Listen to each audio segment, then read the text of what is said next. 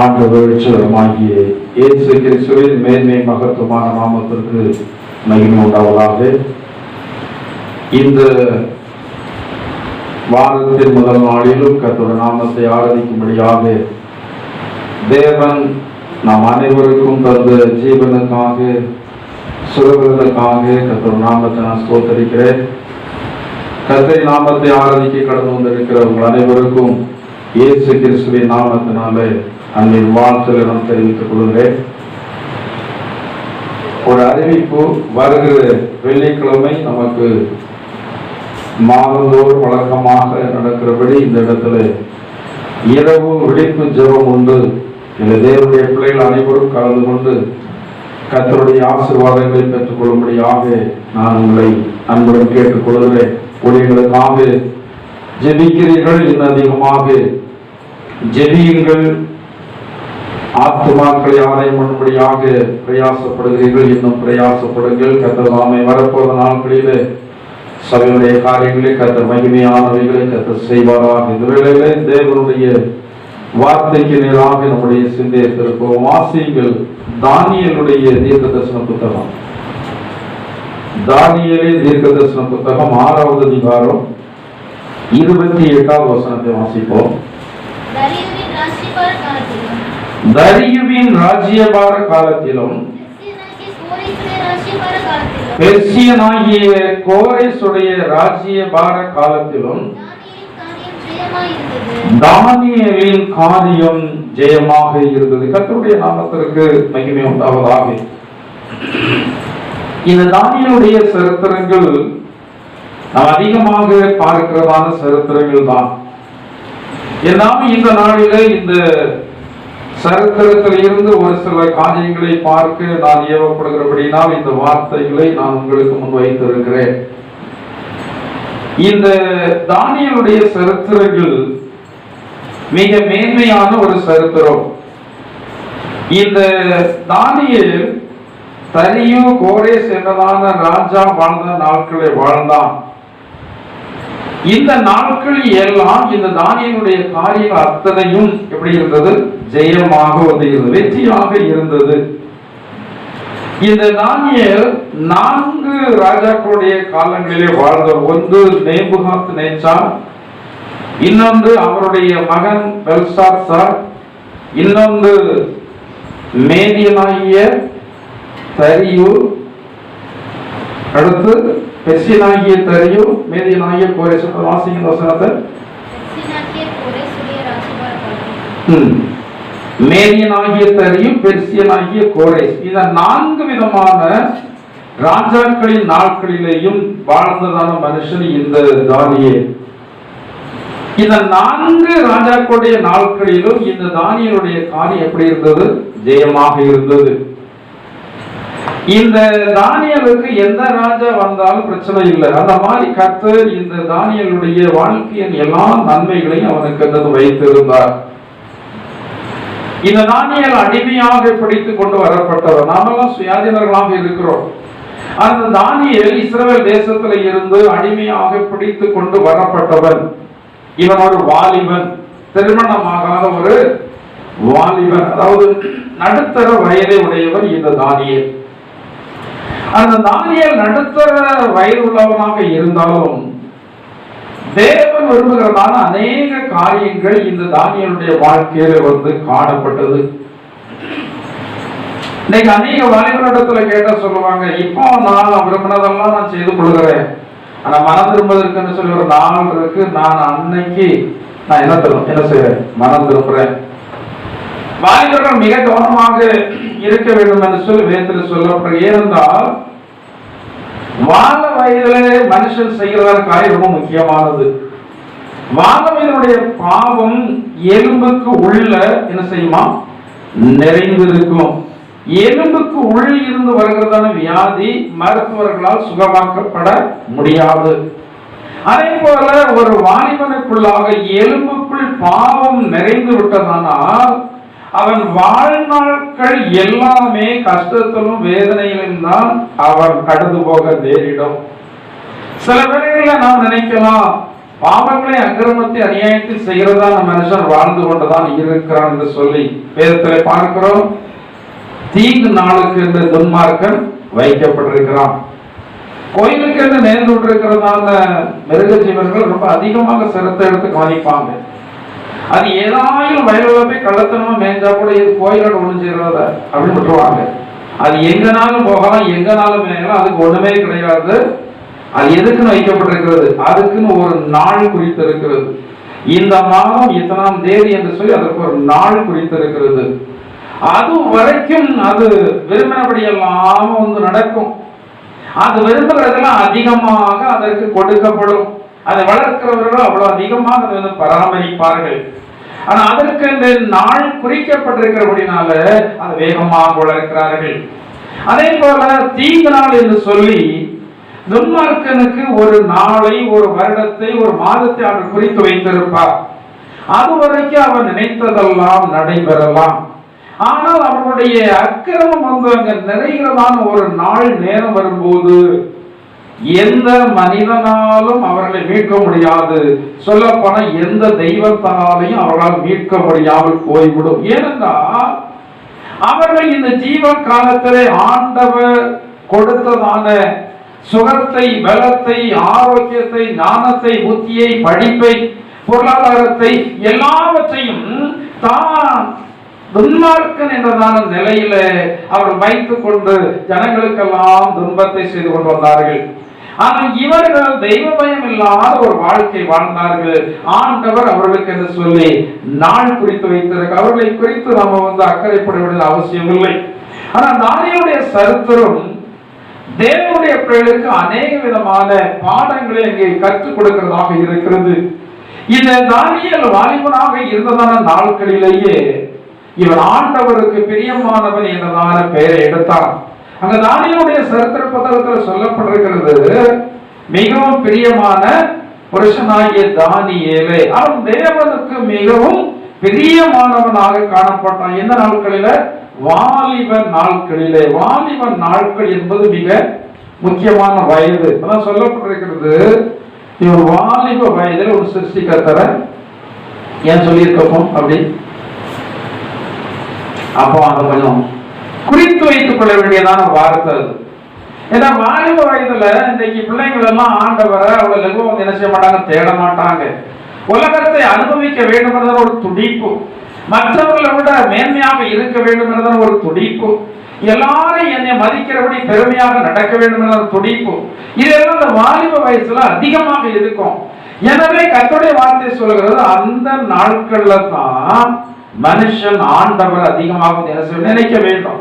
இந்த தானியேல் அப்படி நினைத்து வாழ்ந்தபடினால் அவருடைய வாழ்க்கையுடைய காரியங்கள் எல்லாமே ஜெயமாக இருந்தது. வேதத்தில் சொல்லப்பட்டிருக்கிற சங்கீதம் 75:6-7 வாசித்து பார்க்கும்போது, கிழக்கிலும் மேற்கிலும் வனாந்தர திசையிலும் இருந்து என்ன வராது, ஜெயம் வராது. அடுத்த வசனத்தை வாசிங்க. 7 தேவனே நியாயாதிபதி ஒருவனை தாழ்த்தி ஒருவனை உயர்த்துகிறார். ஒருவனை தாழ்த்தி ஒருவனை உயர்த்துகிறார். தேவன் யாரை உயர்த்துகிறாரோ அவனை தாழ்த்தும்படியாக அவர்களோடு சாத்தான் போராடுகிறான். சாத்தான் யாரை உயர்த்தி வைத்திருக்கிறானோ அவனை தாழ்த்தும்படியாக ஆண்டவர் பிரயாசப்படுகிறார். ஏனென்றால் ஒன்றுக்கு ஒன்று எதிரடையாக இருக்கிறது. நல்ல ஆவி நல்லவர்களை ஆசீர்வதிக்கிறது, கெட்ட ஆவி கெட்டவர்களை ஆசீர்வதிக்கிறது. இந்த இரண்டு ஒன்றுக்கொண்டு எதிராக இருக்கிறபடினாலே இந்த இரண்டுக்கு நடுவிலே மனிதன் இருக்கிறான். இந்த இரண்டுக்கு நடுவிலே மனிதன் இருக்கும் போது ரெண்டு வித ஆவிகளும் அவனோடு என்ன செய்கிறது, போராடுகிறது. நம்ம எல்லாம் ஆண்டவர் ஆசீர்வதித்து வைத்திருக்கிறப்பதான் அப்படி இல்லையா? கர்த்தர் ஆசீர்வதிச்சிருக்காரு. எப்படி சொல்றீங்க? எப்படி சொல்றீங்க?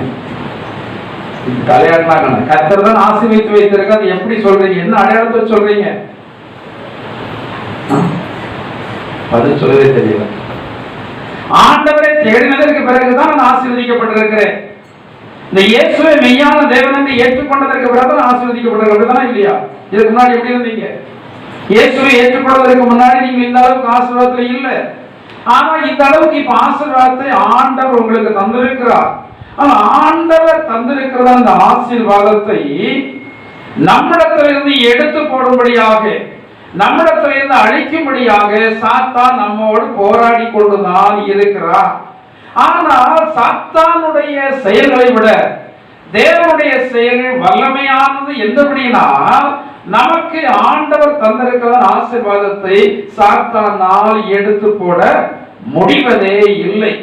அப்ப ஆண்டவராகிய தேவன் நம்மை படிப்படியாக ஆசீர்வதித்துக் கொண்டே வருகிறார். ஆண்டவர் நம்மை ஆசீர்வதிக்க தேவன் பெயர்ல நமக்கு அன்பு அதிகமாக வேண்டும். தேவன் பெயர்ல விசுவாசம் நமக்கு அதிகமாக வேண்டும். தேவனுக்கு பிரியமான காரியங்களை நாம் செய்வதற்கு நாம் விரும்ப வேண்டும். அதற்காகவே நம்முடைய வாழ்க்கையை அர்ப்பணிக்க வேண்டும். இதற்காகத்தான் ஆண்டவர் நம்மை ஆசீர்வதித்து வைத்திருக்கிறார். வேதத்தில் சொல்லப்பட்டிருக்கிறது, ஒரு தோட்டத்தினுடைய எஜமான் அவன் ஒரு தோட்டத்தை உண்டாக்கி அதற்கு சுற்றிலும் வேலி அடைத்து அதுல ஒரு நற்கனி தரும் உயர்குல திராட்சை செடியை என்ன செய்தான், வைத்தான். இது வளர்ந்தது, இது பலன் கொடுத்தது. இதை பார்க்கும்போது திராட்சை தோட்டத்தினுடைய எஜமான் என்ன செய்வான், மகிழ்வான். ஆனால் இதற்கு மாறாக சொல்லப்பட்டிருக்கிறது, அது நல்ல கனிகளை தரும் என்று என்ன செய்திருந்தார். நாம் எல்லாரும் குறித்தும் ஆண்டவருக்கு ஒரு எதிர்பார்ப்பு காத்திருக்குதல் உண்டு. அவர் காத்து கொண்டிருக்கிறார், அவர் எதிர்பார்த்து கொண்டிருக்கிறார். நான் என்னுடைய மகளை ஆசீர்வதித்து விட்டேன், என்னுடைய மகளை உயர்த்தி விட்டு அவருடைய குடும்பத்தில் இவர்களை மேன்மைப்படுத்தி வைத்திருக்கிறேன், தேசத்தில் மேன்மைப்படுத்தி வைத்திருக்கிறேன். இவைகளை எல்லாம் செய்துவிட்டு நான் எதிர்பார்க்கிறேன், என்ன கனி கொடுக்க வேண்டும், நல்ல கனி கொடுக்க வேண்டும். ஆனா சொல்லப்பட்டிருக்கிறது, நல்ல கனி கொடுக்காமல் என்ன கனியை கொடுத்ததா, கசப்பான பழங்களை கொடுத்தபடினா நான் ஒன்று செய்வேன். அவர் சொல்றாரு, நான் வேலைய தகர்த்து போடுவேன், எல்லா மிருக ஜீவன்களும் அதை என்ன செய்து போடும், மெய்ந்து போடும் என்று சொல்லப்பட்டிருக்கிறது. கர்த்தர் நம்மை ஆசீர்வதித்து வைத்திருக்கிறார். தொடர்ந்து நிலையான ஆசீர்வாதம் நம்முடைய வாழ்க்கையிலே கடந்து வர வேண்டுமானால் நாம் தொடர்ந்து கர்த்தருக்கு பிரியமானவைகளை செய்ய வேண்டும். 1 கொரிந்தியர் 15:57 வீட்டில் போய் வாசித்து பாருங்கள். நம்முடைய கர்த்தராகிய இயேசு கிறிஸ்துவினுடைய நாமத்தினாலே நமக்கு ஜெயம் கொடுக்கிற தேவனுக்கு ஸ்தோத்திரம்.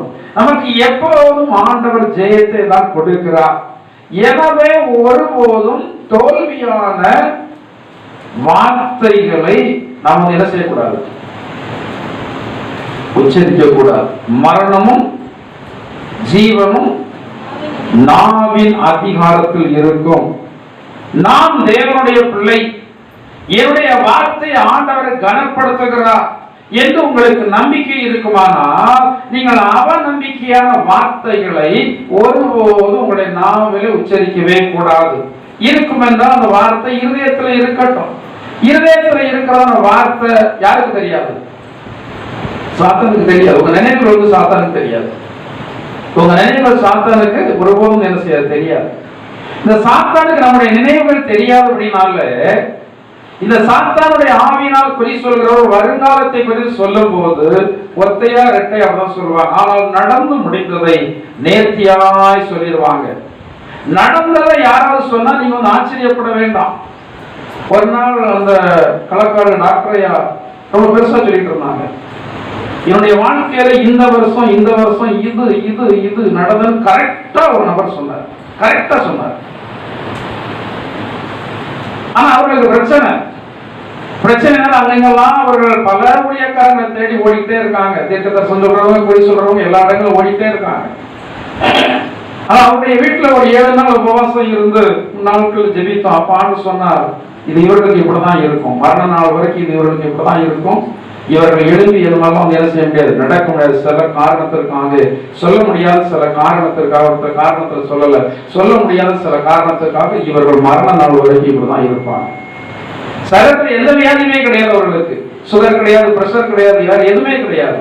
ஆனால் அவர்களால் எழுப்பி என்ன செய்ய முடியாது, நடக்க முடியாது, படுக்கையில இருந்தாங்க. அப்ப அங்கெல்லாம் போனாங்க. அதே மாதிரி ஒரு இடத்துல போகும்போது ஒரு ஊழியக்காரர் விதமாக சொன்னார் அப்படின்னு சொன்னார். கரெக்டா வருஷத்தான் சொன்னார், இந்த ஆண்டுல இந்த மாசத்துல நீங்க உங்களுக்கு இப்படி ஒரு பிரச்சனை வந்திருக்கணுமே, நீங்க மருத்துவமனையில் அட்மிட் ஆகிருப்பீங்க, இப்படி 2-3 சம்பவத்தை சொன்னார். ஒன்று கூட அது பொய்யாக போகல, எல்லாம் சரியாக குறிப்பாக இருந்தது. அப்ப நான் கேட்டேன், இது உங்களுக்கு எப்ப சரியாக இல்ல சரியாக ஏதாவது சொன்னாரா அப்படின்னு கேட்டா அது சொல்ல தெரியல. அது சொல்ல முடியாது. வருங்காலங்கள் யாருக்கு மட்டும்தான் தெரியும்? ஆண்டவருக்கு மட்டும்தான் தெரியும். இதை வைத்து நீங்கள் அடையாளம் கண்டுகொள்ளலாம். சில ஏதாவது ஒண்ணு சொல்லிட்டு அதற்கு அப்புறமாக சமாளிப்பாங்க. ஒரு நாள் ஒருத்தர் தெரியாம சொல்லிட்டார், அவங்க ஆர்வத்துல இருக்காங்க. 3 குழந்தை பெண் குழந்தை, 4வது குழந்தை இவர்களுக்கு ஆண் வேண்டும் என்று சொல்லி அவர் துடித்துக் கொண்டிருக்கிறாங்க. அவர் எதிர்பார்க்கிறபடி ஒருத்தர் சொல்லிட்டாரு, உங்களுக்கு அடுத்த என்ன குழந்தை? ஆண் குழந்தை ஆண்டு தருவார். பிறந்தது என்ன குழந்தை? இது யார் சொல்லல. ஒன்று இவர்களுடைய மனசுல ஏவப்பட்டதை சொல்லி பைபிள்ல சொல்லப்பட்டிருக்கிறது, தங்களுடைய ஆவியின் ஏவுதலை பின்பற்றுகிறதான மதிகட்ட தீர்க்கதரிசிகளுக்கு ஐயோ. மறுபடியும் அவங்க போய் கேட்கிறாங்க, எப்படி சமாளிக்கிறது? இத சொல்லியா எப்படி சமாளிக்கிறது? ஏதோ தவறாக சொல்றேன்னு முடிஞ்சு அதுலயும் அவங்க சமாளிக்கிறாங்க. இல்ல ஆண்டவர் என்கிட்ட ஆம்பளை பையன் ட்ரெஸ்ஸை போட்டு அந்த பிள்ளையை காட்டாரு, ஆண்டவர்னால நான் யாருக்கு சொல்லிட்டேன், நான் ஆம்பளை பையன் சொல்லிட்டேன். இதெல்லாம் கேட்பதற்கு நல்லா இந்த மாதிரி இருந்தாலும் இது சரியான ஒரு தீர்க்க தரிசனம் அல்ல. அப்ப வருங்காலத்தை குறித்து சரியாக சாத்தானால் சொல்ல முடியாது. இப்ப அந்த வருங்காலத்தை குறித்து நீங்க அநேக காரியங்களை இருதயத்தில் நினைத்துக் கொண்டிருக்கலாம். இது இப்படி நடக்க போறேன்னு சொல்லி நினைத்துக் கொண்டிருக்கலாம். இந்த நினைப்ப நீங்கள் தவறுதலாக வாயில சொல்லிவிட்டீர்கள் என்றால் அதை சாத்தான் பிடித்துக் கொள்ளுவான். அது சொல்லுவாங்க, அந்த காலத்துல வேற சொல்லுவாங்க, உபவாசம் இருக்கிறேன் என்று சொல்லி கூட யாருமே சொல்லிடாதுங்க அப்படிம்பாங்க. நான் 3 நாள் அடுத்த மாசம் உபவாசம் இருக்குன்னு நினைக்கிறேன், அடுத்த வாரம் உபவாசம் இருக்குன்னு நினைக்கிறேன்னு சொன்னா கூட அந்த 3 நாட்கள் உபவாசம் இருக்காமல் தடை பண்ணுவதற்கு என்னென்ன யுக்திகள் உண்டு அத்தனை யுக்திகளை யார் செய்வா? சாத்தான் செய்வான். அதே மாதிரி சில இடத்திற்கு போகிறத கூட நம்ம வாயில சொல்லக்கூடாது. சில இடத்துல நம்ம போகிறத நம்ம முன்னக்கூட்டியே வாயில சொல்லிவிட்டோம் வந்தா சாத்தான் அங்க போவதற்கு என்ன தடைகளை உருவாக்க வேண்டுமோ அத்தனை தடைகளை உருவாக்கி விடுவான். சில இடங்களில் ஊழியக்காரங்க நாங்கள் சில குறிப்பிட்ட வீடுகளுக்கு ஜோம்னு வரும்னு சொல்லிடுவோம். ஆனா அந்த இடத்துக்கு போக முடியாது. நாம சொன்னபடினால அந்த வீட்டுல போராடுகிறதான சாத்தான் எந்த அளவுக்கு நம்மளை தடை பண்ண வேண்டுமோ அந்த அளவுக்கு என்ன பண்ணுகிறான்? தடை பண்ணுகிறான். அப்ப நாவினுடைய உச்சரிப்பு ரொம்ப கவனமாக இருக்க வேண்டும்.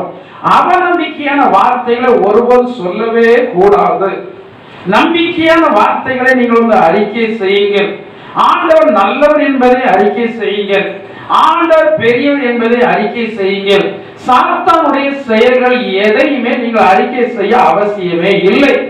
சில வேளைகளிலே சாத்தானுடைய செயலை அறிக்கை செய்து கிறிஸ்தவ ஜனங்கள் ஆண்டவருடைய செயலை விட சாத்தானுடைய செயலுக்கு அதிக மேன்மையை கொடுத்து விடுகிறார்கள். நீங்கள் மறந்தும் கூட சாத்தானுடைய செயலுக்கு நீங்கள் மேன்மையை கொடுத்து விடவே கூடாது. அவன் என்ன செய்ய போறான்னு தெரியல, அவங்க அதை பண்ணிட்டாங்க, என்ன செய்ய போறது தெரியல. இதை நீங்கள் நினைத்து பார்க்க வேண்டாம். என் தேவன் பெரியவராக இருக்கிறார். உலகத்தில் இருப்பவனிலும் உங்கள் இருப்பவர் பெரிய. அதையே அறிக்கை செய்யுங்கள், அதையே நம்புங்கள். எதிர்மாறான வார்த்தைகளை நீங்க உச்சரிக்காதீர்கள். எதிர்மறையான வார்த்தைகளை யார் உச்சரிக்கிறாங்களோ அவங்க பக்கத்துல கூட நம்ம இருக்கக்கூடாது. இருந்தா அந்த சுபாவம் யார் இருக்கும்? என்ன பாச செய்ய, என் மனைவி அப்படிதான் உச்சரிக்க, என்ன பாச செய்ய உட முடியாது. என்ன செய்யணும்? என்ன செய்யலாம்? மனைவி பிடிச்சு என்ன செய்யலாம்? சொல்லுங்களேன், வாயத்திரம் சொல்ல பண்ணும். மனைவி அப்படி உச்சரித்தா என்ன செய்யலாம்? மனைவி மாப்பிள்ளை அடிச்சிடலாமா? மனைவி பேசிடலாமா? இருந்து ஜெபம் செய்யலாம். ஆண்டவரே, என் மனைவி எப்போது எதிர்மறையான வார்த்தைகளே பேசுறா, இந்த வார்த்தைகளை பேசுவதை நிறுத்தும்படியாக உள்ளத்த மனதை என்ன செய்யுங்க, மாற்றுங்கள் என்று சொல்லி நம்ம ஜெபம் பண்ணலாம். அப்ப நேர்மறையான வார்த்தைகளை பேசுவதற்கு நீங்கள் கற்றுக்கொள்ளுங்கள். இந்த எதிர்மறையான வார்த்தைகளை பேசி பேசி பேசி உங்களுடைய ஆத்மாவிற்கும் சரீரத்திற்கு ஆண்டவர் தகுந்த நன்மைகளை நீங்கள் இழந்து போய்விடவே கூடாது. சமயம் சுருக்கமாக இருக்க நான் வேகமாக கடந்து போக வேண்டும். அப்ப வெற்றியை கொடுக்கிறது யார்தான்? தேவன். 1 யோவான் 5ஆம் அதிகாரம் 4ஆம் வசனத்தை நீங்கள் வாசிங்கள். நம்முடைய விசுவாசமே உலகத்தை ஜெயிக்கிறதான ஜெயம். நமக்கு விசுவாசம் வேண்டும், விசுவாச அறிக்கை வேண்டும். இந்த விசுவாச அறிக்கை நமக்கு எப்போதும் ஜெயத்தை தான் சொல்லணும். உங்க இருதயம் சொல்லும், இல்லை இதெல்லாம் உனக்கு நடக்காது, நீ இப்படிதான் இருப்ப, அவன் ஞாபகம் பண்ணிடுவோம். இதை பண்ணி சாத்தான் சில வேளைகள் நம்மள என்ன செய்வான், இருதயத்துல இருந்து பேசுவோம். நம்ம சொல்லணும் ஒன்றும் நடக்காது, என் தேவன் என்னோடு கூட. சில சாட்சிகள் சொல்ல அவசியம் வந்து விடுகிறது சில வேளைகள். இந்த முன் நாட்களிலே அந்த ராணி குழந்தை இல்லாம இருக்கும்போது தானே சில இந்த பொய் சொல்றவங்க எல்லாம் தன்னால வீட்டுக்கு சொல்லுவாங்க. அதே மாதிரி ஆவிகள் சொல்றது, உனக்கு என்னிடத்துல வரலன்னா என்னவே இருக்காது, குழந்தையே இருக்காது. இந்த வார்த்தை சொன்னவன ஒரு தேவனுடைய பிள்ளைக்குள்ள தேவனுடைய நாமத்திற்காக ஒரு பெரிய ஒரு வைராக்கியம் வரும். ஆண்டவர் பெருசா சொல்லுகிறது பெருசா என்று சொல்ற ஒரு வைராக்கியம் வந்தது. இந்த வைராக்கியம் வந்த போது ஜெபம் பண்ணாங்க. நாமும் ஜெபம், அந்த வார்த்தைகள் நம்முடைய காதுக்கு வரும்போது நாம அவர்களோடு சேர்ந்து ஜெபம் பண்ணுகிறோம். இந்த ஜெபத்தினால கிடைத்ததான புத்திரன் தான் யாரு? ஜாசுவா. ஜாசுவா யாரு? பெரிய தீர்க்கதரிசி மட்டுமல்லாமல் பெரிய தலைவரும் கூட. மோசைக்கு அடுத்தாலும் தலைமை பொறுப்பை ஏற்றது யாரு? ஜாசுவா. தலைமை பொறுப்பை எல்லாரும் ஏற்க முடியாது. ஆண்டவர் கொடுத்தாலும் அந்த பொறுப்பை ஏற்க முடியும். அந்த ஆண்டவர் பொறுப்பை கொடுத்தாருன்னா அதற்கு ஏற்ற ஞானத்தை ஆண்டவர் என்ன செய்திருப்பாரு, கொடுத்திருப்பாரு. அப்போ அந்த நம்பிக்கையில என்ன பேர் வச்சிருக்கு? பேர் ரொம்ப முக்கியம். இன்னைக்கு பேர் ரொம்ப முக்கியம்னு சொல்லி நான் சரியில்லாத பேர் வச்சவங்க கெசட்ல போட்டு என்னத்தை மாற்றுறாங்க. இன்னைக்கு பிரபலமாக இருக்கிறதான நடிகர்களோ அரசியல்வாதிகளோ நிறைய பேர் கெசட்ல போட்டு தன்னுடைய பேரை மாற்றினவங்க. ஏன்னா பேர் எப்படி இருக்கிறதோ அதற்கு தகுந்தாற் போலதான் அவர்கள் இருப்பார்கள். இப்ப எங்க வீட்டுல எல்லாம் பேரு, என்னுடைய தகப்பன் அந்த காலத்துல உள்ள உலக பிரசித்தி பெற்ற ஊழியக்காரனுடைய பேரை வச்சார். என் பேரு உச்சரிப்பு மாறி போச்சு. உச்சரிப்பு மாறின அப்படின்னாலும் எல்லாரும் ஒரு மாதிரி எக்காலமா என்ன முடிய பண்றதா என்னத்தை பண்றதுன்னு சொல்லி அந்த காலத்துல பேசுவாங்க. அது ஜோக்கா சொல்லுவாங்க சிலரு. பின்னிய மூடியாக்கி மூடிய லூதராக்கி லூதர ஜோசாக்கி அப்படி ஒரு மாதிரி ரைட்ஸா சொல்லுவாங்க. என்னுடைய தகப்பனார் அவர் என்ன நம்பிக்கையோடு அந்த பேரை வைத்தாரோ அந்த நம்பிக்கையின்படிதான் என்னுடைய வாழ்க்கையில நடந்து கொண்டு இருக்கிறது. இதை ஒரு ஊழியக்காரன் என்று சொல்லி அவர் பார்த்தார்.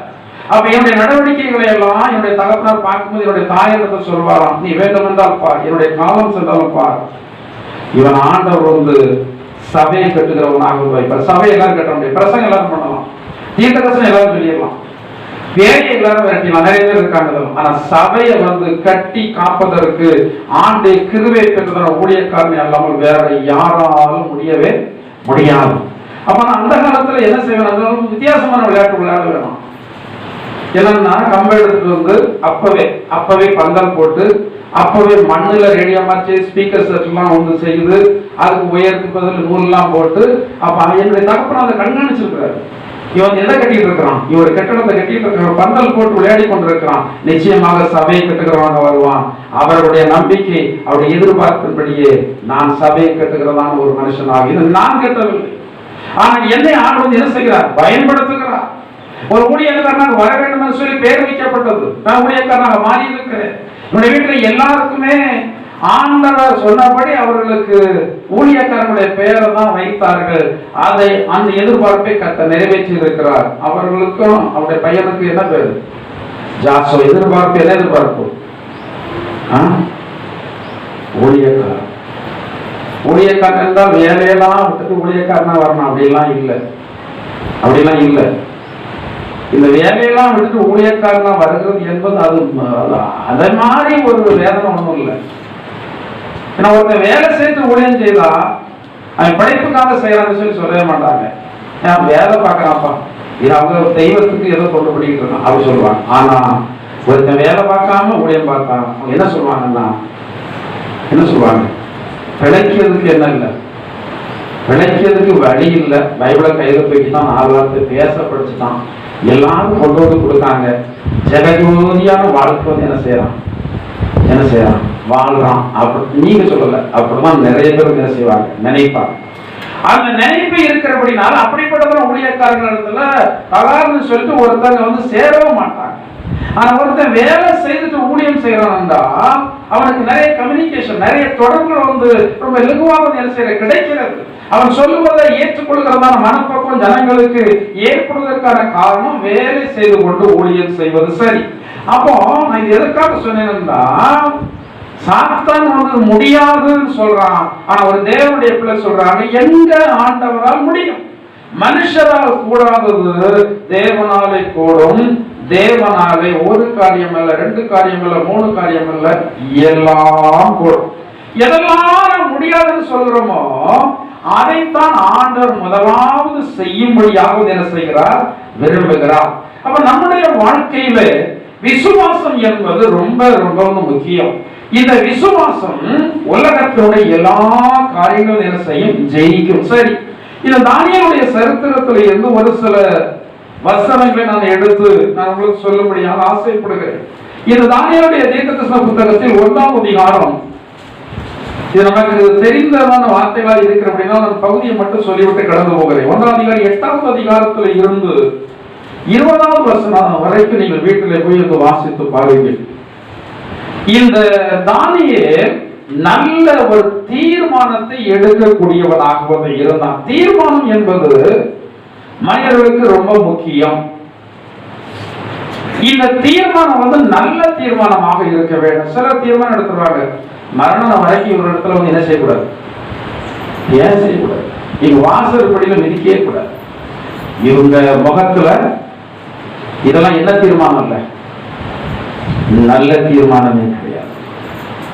தேவனுடைய பிள்ளைகள் எல்லா மனிதர்களிடமும் எப்படி இருக்கணும், அவங்க இந்துவோ கிறிஸ்டினா முஸ்லிமோ பேச்சல, உயர்ந்த ஜாதியும் தாழ்ந்தவன் பேச்சல, மனுஷனா இருந்தா அவரிடத்துல ஒரு தேவனுடைய பிள்ளை அன்பாதான் இருந்து ஆக வேண்டும். ஏனென்றால் வேதம் அன்பை குறித்துதான் அதிகமாக போதிக்கிறது. முதலாவது அன்பு தேவனிடத்துல, 2வது அன்பு உங்களிடத்துல, 3வது அன்பு பிறரிடத்துல, அப்படி சொல்லப்பட்டிருக்கிறது. முதலாவது தேவனிடத்தில் அன்பு கூர்ந்து அவரை தேடுங்க. 2வது நீ உன்னை நேசிப்பது போல யார நேசிக்கிறீங்களா? தேவனுடைய பிள்ளைகளுக்கு சமநல பிரமாணம். சமநல பிரமாணம் என்றால் என்ன?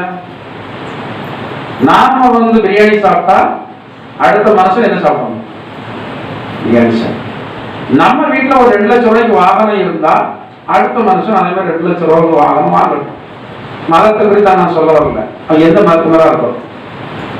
நம்ம வாழுகிறது போல சக மனுஷன் என்ன செய்யணும், வாழணும். இதுதான் கிறிஸ்தவம். நம்ம இதற்காகத்தான் பிரயாசம். ஆண்டவராக இயேசு கிறிஸ்து அதற்காக தான் பிரயாசப்பட்டார். அந்த சமநிலை இருக்க வேண்டும் என்பதற்காகத்தான் ஒரு மனிதனிடத்துல இருந்ததான 5 அப்போ 2 மீனை வாங்கி எல்லாருக்கும் என்ன செய்ய கொடுத்தார். நீ ஒருவர் மட்டும் சாப்பிட்டு பசியாரிட்டு போ அப்படிலாம் இல்லை. நீங்கள் ஒரு ஆள் மட்டும் நீங்க வந்து ஆசீர்வதிக்கப்பட்டால் போதாது. உங்களுடைய குடும்பத்தில் இருக்கிற எல்லாரும் ஆசீர்வதிக்கப்படணும், உங்களுடைய உறவுகள் எல்லாம் ஆசீர்வதிக்கப்படணும், உங்களுடைய அண்டை வீட்டாரெல்லாம் ஆசீர்வதிக்கப்படணும். நாம் இருக்கிறது போல அவர்களும் என்ன செய்ய வேண்டும், இருக்க வேண்டும். இந்த எண்ணம் நமக்குள் வருகிறதா, இதுவரைக்கும் வந்திருக்கிறதா, இருக்கா இல்லையா? இருக்குன்னு சொல்றவங்க சொல்லுங்க, இருக்குன்னு சொல்றவங்க சொல்றோம். கத்தரை ஆசீர்வதிக்கணும். ஒரு நாள் 2 நாள் சரி பரவாயில்ல. அப்படி இல்லைன்னா இது எண்ணிலிருந்து என்ன செய்யப்படுங்க, ஆண்டவரே நான் இருக்கிறது போல எனக்கு நீங்கள் எப்படி ஆசீர்வாதம் தந்திருக்கிறீங்களோ அதே போல என்னுடைய சக மனிதர்கள் எல்லாம் இருக்க வேண்டும் என்று சொல்லி நான் என்ன செய்ய போகிறேன், என்ன செய்ய போறேன். அந்த ஜபம் வேண்டாம் பாஸ்டர், நான் நல்லா, அதுக்கு கூட சிலருக்கு என்ன இல்லை, அடுத்தவங்க நல்லா இருந்தா நீங்க நல்லா. அந்த காலத்து சொல்வார்கள் அல்லவா, ஊராம் பிள்ளைய ஊட்டி வளர்த்தா அது எப்படி வளரும். ஆம்பளாதான் புதுசா வந்ததுனால யாரு, கோமதி பரவாயில்ல, யாரோட இருந்து வந்திருக்கிறாப்புல கத்தர் ஆசீர்வதிக்கட்டும். இங்க தள்ளி இருக்கிறப்பவே எனக்கு டக்குன்னு ஐசைட்டு சொல்லல, பார்த்தேன், வந்ததை பார்த்தேன். கத்தர் அவருடைய ஆசீர்வதிப்பாராக, அவருடைய குடும்பத்தை கத்தர் ஆசீர்வதிப்பாராக. சரி, அவங்க சொல்றாங்க ஊரான் பிள்ளைய ஊட்டி வளர்த்தா அது உண்மையா பொய்யா? இது பெரியவர்களுடைய வாக்கு. உண்மையா பொய்யா? எத்தனை பேர் உண்மைன்னு சொல்றீங்க?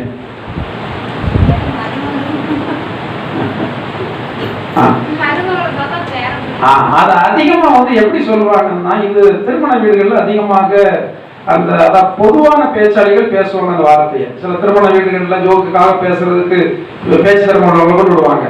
அதுல சிலர் பேசுறதை கேள்விப்பட்டிருக்கேன். ஊராம் பிள்ளையை ஊட்டி வளர்த்தா இருந்தா தான் வீட்டுக்கு வந்த மருமகளை, அது ஊராம் பிள்ளை, அந்த ஊராம் பிள்ளைய தான் பிள்ளைன்னு ஏற்றுக்கொண்டு இந்த பிள்ளைய வளர்த்தா இவர்களுக்கு ஏற்கனவே ஒரு பொம்பளை பிள்ளைய கட்டி கொடுத்துருக்காங்க பார்த்தீங்களா, அந்த பிள்ளை தானே ஆசீர்வதிக்கப்படும். இது மெய்யா பொய்யா? மெய்யா பொய்யா சொல்லுங்கம்மா. நம்புமா ஜாசுவாவை ஆமோதிக்கிறார். கர்த்தர் அவனை ஆசீர்வதிக்கிறார். நான் சொல்றதெல்லாம் சத்தியம்தான். ஆனா நிறைய பேர் நீங்க எதிர்பார்க்கிறீங்க, ஓர வஞ்சகமா பாஸ்ட் பேச எதிர்பார்க்கிறீங்க. நான் பேச மாட்டேன் அப்படி. ஏனென்றால் நான் ஆண்டவர் சொல்லி யாருடைய பீடம் இது? ஆண்டவருடைய பீடம். நான் ஆண்டுடைய பீடத்தில் இருந்து கொண்டு எனக்கு வேண்டிய ஆளுக்கு உரைக்குமே இந்த வசனம் அப்படின்லாம் நான் நினைச்சு பேசினா பைபிள்ல சொல்லப்பட்டிருக்கிறது, அவன் தேவ ஊழியக்காரனே அல்ல. இது தேவனுக்கு என்று பேசுகிறது பீடமாக இருக்கிறபடினால நான் இந்த வார்த்தையை பேசுகிறேன். நம்முடைய சபையில வருகிறதான விசுவாசிகள், நீங்கள் மருமக்கள் மாற நீங்கள் உங்களுடைய வீட்டுல எடுத்திருந்தால் உங்களுடைய மருமகளையும் உங்களுடைய மகளையும் ஒரே சமநிலையிலே பார்க்கணும். உங்க மகளுக்கு என்ன வசனம் நீங்க எடுத்து கொடுக்குறீங்களோ கையால, அதே அளவுக்கு அதே கரையத்துல அதே மாதிரி யாருக்கு எடுத்து கொடுங்க, எடுத்து கொடுத்து பாருங்களேன். நீங்க அதிகமா எடுத்து கொடுக்கணும். நீங்க முதல்ல நல்ல காரியங்களை, ஒருவேளை மருமக கெட்டவளா இருந்தாலும் பரவாயில்லை, அவளுக்கு நீங்க நல்ல காரியங்களை நீங்க கற்றுக் கொடுங்களேன். முக்கியமான நாள் வருது, பண்டிகை நாள் வருது, திருமண நாள் வருது, அன்னைக்கு உங்க மகளுக்கு நீங்க என்ன செய்யறீங்களோ அதே மாதிரி மருமகளை நீங்கள் அதே பொசிஷன்ல நீங்க வைத்து பாருங்க. அதற்கு பிறகு உங்களுடைய பிள்ளையை ஆண்டு எப்படி ஆசீர்வதிக்க சொல்லி பாருங்க. சிலர் நினைக்கிறாங்க, நான் என் பிள்ளைய நல்லா வளர்த்தா, என் பிள்ளைக்கு நல்லா கொடுத்தா, என் பிள்ளைய நல்லா போஷித்தா அந்த பிள்ளை நல்லா இருக்கும் என்று சொல்லி பைபிள்ல சொல்லி இருக்கிறது அல்லவா, ஒருவனை தாழ்த்தி ஒருவனை உயர்த்துவது நீங்கள் அல்ல, அது யாரு? ஆண்டவர் தான் உயர்த்துவார், ஆண்டவர் தான் தாழ்த்துகிறார். எனவே நீங்க நினைத்து ஒரு நபரை உயர்த்தி வைத்து விடவே முடியாது. உங்களுடைய மகளை உயர்த்தி வைத்து என்னுடைய மருமகளை தாழ்த்துவேன்னு சொல்லி சொன்னா அது தலைகளாக நடக்கும். நீங்க என்ன பாடுபட்டாலும் சரி, என்ன பிரயாசப்பட்டாலும் சரி, உங்களுடைய மகள் ஆசீர்வதிக்கப்பட முடியாது. உங்களுடைய மருமகளை நீங்க ஊராம் பிள்ளைய தாம் பிள்ளையாக தத்து எடுத்தது மாதிரி தாம் பிள்ளையாக என்ன செய்யணும்? பிள்ளைகள் என்ன செய்வீங்க? நான் சில வேளையில் சில காரியங்கள் சொல்லும்போது சாவப்படல சில காரியங்கள் சொன்னாதான் உங்களுக்கு என்ன செய்யும்? பிள்ளை இல்லை, ஒரு பிள்ளை என்ன எடுக்கீங்க? அப்படி சூழ்நிலை நான் வச்சிருக்கிறா வைக்கல, நீ யாருக்கும் வைக்க கூடாது.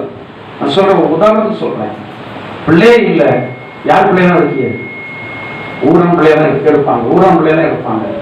என்ன ஜாதி தெரியாது, என்ன ஜாதி தெரியும். என்ன தொற்று குழந்தை திட்டத்துல நிறைய பிள்ளைங்களை தத்தெடுத்துட்டு போறாங்க. ஜாதி தெரியாது, யாருக்கு பிறந்தது தெரியாது, நல்ல வழியில பிறந்தா கெட்ட வழியில பிறந்தா தெரியாது, சுபாவம் என்ன தெரியாது, எதுவுமே தெரியாது. ஆனா ஒரு குழந்தை அவ்வளவுதான். கவர்மெண்ட் கொடுக்கும்போது எப்படி தெரியுமா கொடுப்பான்? எப்படி கொடுப்பான்? கவனிக்கிறீங்களா? என்ன நஷ்டமா சொல்லுங்க. ஒரு குழந்தைய தத்து கொடுக்கும்போது சட்டம் தெரியுமா? தத்து கொடுக்கும்போது எப்படி கொடுப்பாங்க? சும்மா கையெழுத்து வாங்கி நான் கொண்டு போங்க கொடுக்க மாட்டாங்க, எழுதி வாங்கி கொடுப்பாங்க. பத்திரம் போட்டு எப்படி தெரியுமா? உங்களுக்கு இருக்கிற சொத்து அவ்வளவு யாருக்கு? நாளைக்கு ஒரு குழந்தை பிறந்து விடக்கூடாது என்பதற்காக வயது தெரியுமா? 2 பேருக்குள்ள வயதை கூட்டம் 90 வயசுக்கு உள்ள என்ன கொடுக்க மாட்டாங்க. அதான் சட்டம், தத்து சட்டம் அதுதான். 2 பேருடைய வயதை கூட்டினா 90 வயதுக்கு மேல இருக்கணும். அதாவது 45 இருக்கணும். அடுத்தாலும் இவர்களுக்கு குழந்தை பிறக்காது என்ன மருத்துவ சர்டிபிகேட் வேணும். அது ஏன் அப்படின்லாம் அவங்க சட்டத்திட்டங்களை கண்டுபிடி பண்ணுகிறாங்க என்றால், இந்த பிள்ளையை தத்து எடுத்ததற்கு பிறகு இவருக்கு ஒரு குழந்தை பிறக்கும் என்றால் இது அடுத்த குழந்தை என்று சொல்லி இந்த குழந்தையை அவமதிப்பாங்க, சொத்துல பங்கு கொடுக்க மாட்டாங்க. அப்படி சொல்லி அவர் ஏதாவது காரியங்களை செய்துவிடக் கூடாது என்பதற்காக தத்து பிள்ளைய தாம் பிள்ளைய போல வளர்க்கிறதான அத்தனை சட்டத்திட்டங்களையும் கையெழுத்து வாங்கிட்டு அவங்க என்ன செய்வாங்க? குழந்தை இல்லாதவங்க அப்படி யாரோ பெற்ற பிள்ளைய தாம் பிள்ளை எடுத்து தான் சொத்துக்கெல்லாம் அதிபதியாக என்ன செய்யறாங்க, வைக்கிறாங்க. ஆனா அதே வேளையில நமக்கு ஆண்டவர் ஒரு ஆண் குழந்தையும் கொடுத்திருக்கிற, பெண் குழந்தையும் கொடுத்திருக்க. எதுக்கு? உங்களை சோதிப்பதற்காக கொடுத்திருக்க, உங்களுக்கு மார்க் போடுறதுதான் கொடுத்திருக்க. ஏன் 2 பெண்ணா கொடுத்திருக்கலாமே, ஏன் 2 ஆணா கொடுத்திருக்கலாமே. ஆணை கொடுத்தாலும் சிரிக்காம இருப்போம், எனக்கு 2 ஆணை கொடுத்திருக்கிறாங்க. எல்லாத்துக்கும் என்ன இருக்கும்? நோக்கம் இருக்கும். எல்லாவற்றுக்கும் நோக்கம் இருக்கும். ஒரு பெண் குழந்தை பிறந்துச்சுன்னா அடுத்த குழந்தை என்ன குழந்தை எதிர்பார்ப்பாங்க? நானே சொன்னேன், ஏற்கனவே ஒரு பெண் குழந்தை இருந்தா ஒரு ஆண் குழந்தைக்காக, ஏற்கனவே ஒரு ஆண் குழந்தை இருந்தா ஒரு பெண் குழந்தைய கூட அவங்க என்ன செய்திருக்கிறேன். நிறைய பேருக்கு நான் அந்த தோணி இருக்கிறேன். ஏன்னா ஒரு ஆண் குழந்தை ஒரு பெண் குழந்தை இருந்தா நல்லது. ஆணுக்கு ஆண், பெண்ணுக்கு பெண், 2 பெண் குழந்தையா கொடுத்தா நமக்கு இதுதான் சந்தோஷம். ஆண் குழந்தை இல்லை என்று சொல்லி பெண் குழந்தை 2 பெற்றவங்க நினைக்காம. ஏனென்றால் வருகிற மருமக்கள் 2 பேரும் உங்களுக்கு பையனை போலவே என்ன செய்வாங்க, இருப்பாங்க. ஹல்லேலூயா. என்ன உற்சாகம், ஹல்லேலூயா, ஹல்லேலூயா. அப்போ ஆண்டவர் நமக்கு சொல்லுகிறதான வார்த்தை என்னவென்றால், அடுத்தவர்கள் நல்லா இருக்க நீங்க விரும்பணும். முதலாவது ஆண்டவர் அவர் மேல் அன்பு, 2வது உங்க மேல அன்பா இருங்க. நீங்க ஒருவரை கருத்து யாருக்கும் செய்யணும் நான் சொல்லவே இல்லை. ஏன்னா பைபிள்ல சொல்லியிருக்க, நீ உன்னிடத்தில் அன்பு கூறுவதை போல. அப்ப நீ உன்னிடத்தில் அன்பு கூர்ந்துட்டு அதே மாதிரி சக மனிதன், சக உற்றார், சக உறவினர்கள், வேலை பார்க்கிறவங்க, நம்மோட பேசுறவங்க, நம்மோட பழகிறவங்க அப்படியே இருக்கட்டும் என்று சொல்லி வாயில பேசுகிறதல்ல, நம்முடைய இருதயம் நினைக்கும். நீங்க சில இடத்துல வாழ்த்துவதற்கு போகும்போது உங்களுடைய வாயில வாழ்த்தக்கூடாது. எங்க வாழ்த்தணும்? இருதயபூர்வமாக வாழ்த்தணும். திருமண வீட்டுக்கு போறோம், பிறந்த நாள் விழாவுக்கு போறோம், திருமண நாள் நினைவு நாளுக்கு போறோம். இப்படி முக்கியமான வேலைகள் எல்லாம் இருதயபூர்வமாக, தேவனுடைய பிள்ளைகளை இருதயபூர்வமாக ஆசீர்வதிக்க வேண்டும். சரி, நல்ல என்னது? நல்ல தீர்மானம். இந்த தானியேல் எடுத்த தீர்மானம் என்ன? ராஜாவின் போஜனத்தினால் நான் என்ன? அப்படி என்ன போஜனம்? ராஜாவுடைய போஜனம். ராஜாவுடைய போஜனம் என்ன? ராஜாவுக்கு போஜனம் கொடுப்பதற்கு முன்பதாக, நல்ல கவனித்துக் கொள்ளுங்க, ராஜாவுக்கு போஜனம் கொடுப்பதற்கு முன்பதாக இதை அவர்கள் வழிபடுகிற தெய்வத்துக்கு முன்பதாக வைத்து அதற்கு அப்புறம் எடுத்துக்கொண்டு சாப்பிடக்கூடாது. அதுக்கப்புறம் தான் யாரும் கொடுப்பாங்க? ராஜாவுக்கு கொடுப்பாங்க. ஆனால் கர்த்தருடைய வார்த்தை அதை அருவருக்கிறது. தேவனுடைய பிரமாணம் என்ன? விக்கிரகத்திற்கு விலகீர் என்று சொல்லப்பட்டிருக்கிறது. விக்கிரகத்திற்கு படைக்கப்பட்டதை சாப்பிடக்கூடாதுன்னு சொல்ல இருக்கிறது. ஆனா இது இப்படியெல்லாம் இருக்கும்போது கிறிஸ்தவ மார்க்கத்தில் வந்ததற்கு பிறகும், ஆண்டவர் மேல நம்பிக்கை வந்ததற்கு பிறகும், சிலர் ஞானஸ்நானம் எடுத்ததற்கு பிறகும் விக்கிரகத்திற்கு படைக்கப்பட்டதும் என்ன செய்யறாங்க? சாப்பிடுறாங்க. அது தவறு. இந்த தானியேல் எங்க இருந்து இப்படிப்பட்ட காரியத்துல மிக வைராக்கியமா இருக்கிறார்? அடிமை. ஒரு அடிமை தன் இஷ்டத்தின்படி செய்ய முடியாதவனுக்கு, தன் விருப்பத்தின்படி செய்ய முடியாத ஒரு நிலையில இருக்கிறதான தானியேல் சொல்றான், எங்களுக்கு யாருடைய போஜனம் வேண்டாம். ராஜாவுடைய போஜனம் ரொம்ப சிறப்பான போஜனமா இருக்கும். அந்த போஜனம் நான் சொல்றான், எங்களுக்கு பருப்பு முதலான கீரை வகைகளை கொடுங்க. ராஜா பருப்பு முதலான கீரை வகைகளை சாப்பிட மாட்டார். எனவே இதை தைரியமா நம்ம சாப்பிடலாம். ஆனா அவங்களுக்கு விசாரணைக்கு வைக்கப்பட்டிருக்கிற மனுஷன் சொல்றான், தானியேல் இதை சொன்னோன்னு சொல்றான், ராஜையனே கொல்வதற்கு வழி வைக்க நான் இப்படி சொன்னதை கேட்டா கடைசியில் விசாரிச்சு பார்க்கும்போது நான் உங்களுக்கு ராஜாவுடைய போஜனத்தை தராது அவருக்கு தெரிந்தால் என்னை கொலை செய்து விடுவாரு. அதுக்கு தானியேல் என்ன தெரியுமா சொல்றான்? 10 நாள் வரை என்ன எங்களை சோதித்து பாரு. நம்ம எல்லாம் ஜனங்கள் சோதித்துக் கொண்டிருக்கிறாங்க. நீங்க என்ன தீர்மானம் எடுத்து எப்படி இருக்கிறீங்க? சோதித்துக் கொண்டிருக்கிறாங்க. நமக்கு தீமையே நடந்தாலும் நல்ல தீர்மானத்தோடு நீங்க விலகிடவே கூடாது. எடுத்த நல்ல தீர்மானத்தை நீங்கள் உறுதியாக பற்றி பிடித்துக் கொள்ள வேண்டும். சில நல்ல தீர்மானம் எடுக்கிறாங்க. இவ்வளவு நாள் நான் எந்தெந்த தெய்வத்தெல்லாமோ தேடினேன், இனிமே நான் ஆண்டவரை தேட தீர்மானம் எடுக்கிறாங்க. அந்த தீர்மானத்துல உறுதியாக இருந்தால்தான் ஆண்டவர் இயேசுனுடைய நன்மைகள் உங்களுக்கு உண்டாகும். ஆத்துல ஒரு கால் சேத்துல ஒரு கால் வைக்கக்கூடாது. 2 வாகனத்துல, அங்க போகிற வாகனத்துல இங்க போகிற வாகனத்திலையும் ஒருத்தர் கால் வைத்தா அவன் உயிரோடு இருக்க முடியாது. அவன் உயிரோடு இருக்க முடியாது. அவன் ஒரே வழியில கடந்து போக வேண்டும். அப்போ இந்த தானியேல் நல்ல தீர்மானத்தை எடுத்தான், அதை நிறைவேற்றுவதற்கு முயற்சி பண்றான். அந்த அதிகாரி இவனுக்கு சாதகமாக இருந்தார். 10 நாள் வரைக்கும் சோதித்து பார்க்கும் போது எல்லாருடைய முகத்தை விட யாருடைய முகம் பிரகாசமா இருக்கு? முகம் சரிதான். சாப்பிட்ட உடனே உண்டாயிர மாட்டீங்க. சாப்பிட்ட உடனே என்ன ஆயிட முடியாது. என்ன என்னுடைய மனைவியெல்லாம் பார்த்தா எப்படி இருக்கு? நல்லா சாப்பிடாம போல இருக்கு. என்னை பொறுத்த வரைக்கும் எனக்கு வயிறுலாம் பெரும்பாலும் எனக்கு சாப்பாடு கேட்காது. வயிறு பெரும்பாலும் சாப்பாடு கேட்காது. ஏன்னா அப்படி பழகலை. பசி எடுத்த உடனே சாப்பிட்டு பழகலை. சின்ன வயசுலேருந்து அப்படிதான். அந்த பசி எடுத்து பழகி சாப்பிடாதனால பைபிள்ல சொல்லியிருக்கிறபடி பலன் கொள்ள ஏற்ற வேளையில் உண்கிறவர்களால் இருப்பவன் என்று சொல்லி ஒரு வார்த்தை இருக்கிறது. நான் வயிறு சாப்பாடு கேட்கறது சாப்பிட்றது இல்லை. கொஞ்சம் பலம் குறைவாய் கொஞ்சம் குழலாடுகிற மாதிரி இருந்தாலும் சாப்பிடணும்னு சொல்லி விரும்புவேன். மற்ற மாதிரி சாப்பிட விரும்புறதே இல்லை. சில நைட்டு சாப்பிட்றதில்ல, சில காலையில் சாப்பிட்றதில்ல. ஆனா சரி அப்படி இருக்கு. இல்லையா? ஆமாவே இல்லையா? அதே மாதிரி வாரந்தோறும் நான் வெஜிடேரியன்லாம் எடுத்து சாப்பிடுறது காசு இல்லாம இல்ல, பழகல. அவ்வளவுதான். நம்ம அப்படி இது இருந்தாலும் சாப்பிடும் அப்படிலாம் பழகல. சில வேளையில் நல்லா விரும்பாதெல்லாம் கிடைக்கும், சில நேரத்தில் விரும்பாது கிடைக்கும். விரும்பாதது கிடைச்சுன்னா கொஞ்சம் நல்லா சாப்பிட வேண்டியதுதான். விரும்பாது கிடைச்சுன்னா கொஞ்சம் லைட்டா சாப்பிட வேண்டியது. அவ்வளவுதான். வேற என்ன செய்ய முடியும்? ஆண்டவர் நமக்கு எதை அளக்கிறாரோ அதை சாப்பிடணும். சாப்பிடுகிறதுனால் சுகபலம் வருகிறது இல்லை. நம்முடைய இருதயம் முதலாவது எப்படி இருக்கணும்? சுத்தமா இருக்கா? சுத்தமா இருக்கா இல்லையா? நம்முடைய இருதயம் முதலாவது நன்றாக இருக்கணும். அடுத்தபடியாக ஆண்டவர் தருகிறது போதும் என்று சொல்லி நம்ம நினைக்கணும். போதும் என்கிற மனதுடனே கூடிய தேவ பக்தியே மிகுந்த என்ன இருக்கிறதோ அது ஒரு தேவனுடைய பிள்ளை இதுதான் இப்படி நாம நினைக்கவே கூடாது. அப்படி உள்ளதான ஜனங்களை ஆண்டவர் நடத்தவே முடியாது. சில வேளைகளிலே நமக்கு அதிகமா சாப்பிடுறதுனால வருகிறதான வியாதி வருமா இருக்கும். எனவே அந்த சாப்பாட்டை குறைச்சி ஆண்டவர் அளப்பார் நமக்கு.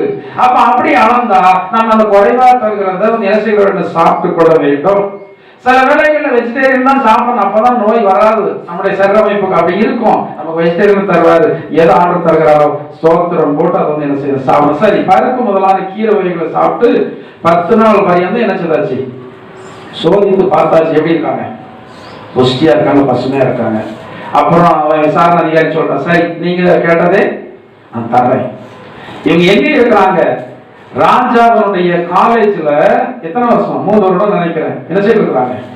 படிச்சுட்டு இருக்காங்க. 3 வருஷம். 3 வருஷம் முடிஞ்ச உடனே யார் இன்டர்வியூ எடுக்கிறா? வேற எங்கேயா இன்டர்வியூ எடுக்க கொடுத்தா லஞ்சம் வாங்கிட்டு பாஸ் பண்ணிடக்கூடாதுன்னு யாராவே இன்டர்வியூ எடுக்கிறா? ராஜாவே நேரடியா இன்டர்வியூ வைக்கிறார். எதுக்கு? தேசத்தில் முக்கியமான பதவிக்கு வைப்பதற்காக இன்டர்வியூ எடுக்கிறார். அந்த இன்டர்வியூ எடுக்கும் போது எத்தனை மடங்கு சமர்த்தரா? எத்தனை மடங்கு? 1 மடங்கு அல்ல, 2 மடங்கு அல்ல, 10 மடங்கு. அதாவது பாபிலோன் தேசத்தில் உள்ள எல்லா ஞானிகளை விட எத்தனை மடங்கு இவங்க புத்திசாலியா இருக்காங்க? 10 மடங்கு புத்திசாலியா இருக்காங்க.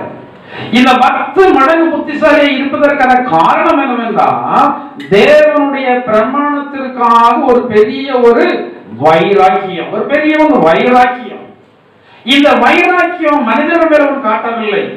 இந்த வைராக்கியத்தை அவன் எதன் பேரை காட்டினான் என்றால் தேவனுடைய பிரமாணம் இப்படி சொல்லி இருக்கிறது, எனவே நான் பிரமாணத்தினுடைய நடப்பேன் என்று சொல்லி ராஜா கொடுத்த போஜனத்தை சாப்பிடாம 3 வருஷம் வரைக்கும் சாதாரண சாப்பாடே சாப்பிட்டு எப்படி இருந்தாங்க?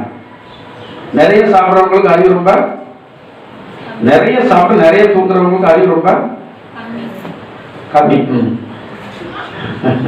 எல்லாம் தெரியுது. நல்ல உலகறிவு நல்லா இருக்கு. யாருக்கு கோமதிக்கு உலகறிவு நல்லா இருக்கு.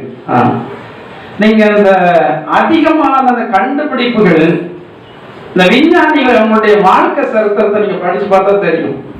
நம்ம கொஞ்சம் டெக்னிக்கல் நாலேஜ் இருக்கிற அப்படின்னா இதை தான் நான் அடிக்கிறது, பார்க்கிறது, இதை தான் நான் படிக்கிறது. நிறைய பேர் எப்ப தூங்குவானே தெரியாது. 1 மணி நேரம் 2 மணி நேரம் தூங்குவான். யாரு மண்டையில கொஞ்சம் அறிவு உள்ளவன் 1 மணி நேரம் 2 மணி நேரம் தூங்குவான். அடுத்த சாப்பாடு இவனுக்கு தேவையில்லை. 3 நாட்கள் எல்லாம் நான் சில டெக்னிக்கல் வேலைகள் செய்யும் அந்த காலத்தில் நான் தொழில் படித்தது எப்படி எங்க வீட்டுல எல்லாருக்குமே ஆர்டர் தந்த ஞானம் உண்டு.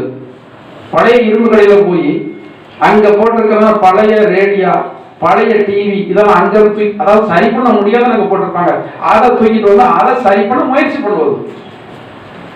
காலையில உட்கார்ந்தா மத்தியானம் சாப்பாடு வேண்டாம், ராத்திரி சாப்பாடு வேண்டாம், ராத்திரி 12 மணி ஆனாலும் சரி 1 மணி ஆனாலும் சரி அதை விட்டு எழும்புறதே இல்லை. அதே போட்டு நோண்டிட்டே கிடக்கிறது, அதே போட்டு நோண்டிட்டு கிடக்கிறது. எழுது ஞானம், அந்த அறிவு. சாப்பாடு வேண்டாம், என்ன வேண்டாம், தூக்கம் வேண்டாம். அப்படி இருக்கிறதான மனிதர்கள் தான் பெரிய பெரிய கண்டுபிடிப்புகளை கண்டுபிடித்து இருக்கிறார்கள். சில சோம்பேறியாக இருப்பார்கள் என்று சொல்லி நம்ம என்ன சோம்பேறி இருக்காங்க, சோம்பேறி எல்லாம் பெரிய ஞானிகளா இருப்பாங்க, பெரிய புத்திமான்களா இருப்பாங்க. இன்னைக்கு நிறைய பெரிய பெரிய கண்டுபிடிப்புகள் கண்டுபிடித்தது யாருதான்? இந்த ரிமோட்ல இயங்குறதெல்லாம் கண்டுபிடித்த சோம்பேறி தான். எழுதாம சுவிட்ச போடணும், எழுதாம கதவு திறக்கணும். அது யார் கண்டுபிடிச்சது? சோம்பேறி கண்டுபிடிச்சது. எழுதி கதவை திறப்பதற்கு இல்லை. இப்ப நம்ம இடத்துல வந்துச்சு, நீங்க வீட்டுக்குள்ள இருந்து நடந்து வந்து கேட்ட திறக்கண்டாம், நடந்து வந்து கேட்ட திறக்கண்டாம். நீங்க எங்க இருக்கிறீங்களோ அங்க ரிமோட் அமுக்கினாலே போதும். இங்க வந்து யாராவது கூப்பிட்டா உள்ள வாங்க, அதுவும் வந்து நீங்க அங்க பேசினா எங்க கேட்கும்? வாசல்ல கேட்கும். எங்க இருந்தாலும் சரி வாசல்ல கேட்கும். நீங்க திறந்துட்டு வாங்க, கதை திறந்தா கிடக்குன்னு வந்துருவாங்க. வந்து திறக்க வேண்டியது இல்லை. யார் கண்டுபிடிச்சது எல்லாம்? இவன் யாரு? சுவாமி. ஃப்ரிட்ஜ் கண்டுபிடிச்சது யாரு? சுவாமி. பொக்கே வேண்டாம்ல, ஒரு நாள் போய் ஒரு வாரம் வச்சிடலாம்ல. நிறைய வீடுகள்ல இந்த காரணம் வாலிய பையங்களும் சொல்றதுல வார்த்தை என்னன்னா, ஒன்னே சொல்வதே குற்றம் இல்லை. இந்த ஃப்ரிட்ஜ் கண்டுபிடிச்சா நான் பார்த்தேன், அவர் கொன்னே விடுவேன். ஏன்னா ஒரு நாள் ஆக்கி வச்சு ஒரு வாரம் அதுல வச்சு வச்சு வச்சு வச்சு வந்து என்ன செய்யறது? கொடுக்கிறது. சோம்பேறித்தனமா இருக்கிறவங்க புத்தி கட்டணும் அப்படிலாம் நினைக்கணும். அவர்களுக்கு இயல்பாகவே சோம்பேறித்தனம் உள்ள இருக்கு. ஆனா வேற சில காரியங்கள்ல அவங்க எப்படி இருப்பாங்க? அறிவர்களா இருப்பாங்க. உங்க பிள்ளைகள் விதவிதமாக இருக்கிறவங்க அல்லவா? உங்க பிள்ளைக்கு ஆண்டு என்ன ஞானத்தை கொடுத்துக்கிற தெரியுமா? என்ன ஞானத்தை கொடுத்துக்கிற தெரியுமா? சமயத்தில் பெங்களூர் போயிருக்கும் போது அந்த தம்பி ராஜேந்திரன் அவங்க பையனை குறித்து சொன்னார். என் பையன் வந்து மிகப்பெரிய வந்து ட்ரம்பேட் வந்து அடிக்கிறான். அதாவது பாட்டுல 1ஆம் நம்பர் ரொம்ப, அதாவது ஹிட் பாட்டு என்ன பாட்டு இருக்கோ அப்படியே அடிக்கிறான். எனக்கு ஆச்சரியமா இருக்கு. அவர் சொல்றாரு, எனக்கு ஆச்சரியமா இருக்கு. என்ன தெரியுமா?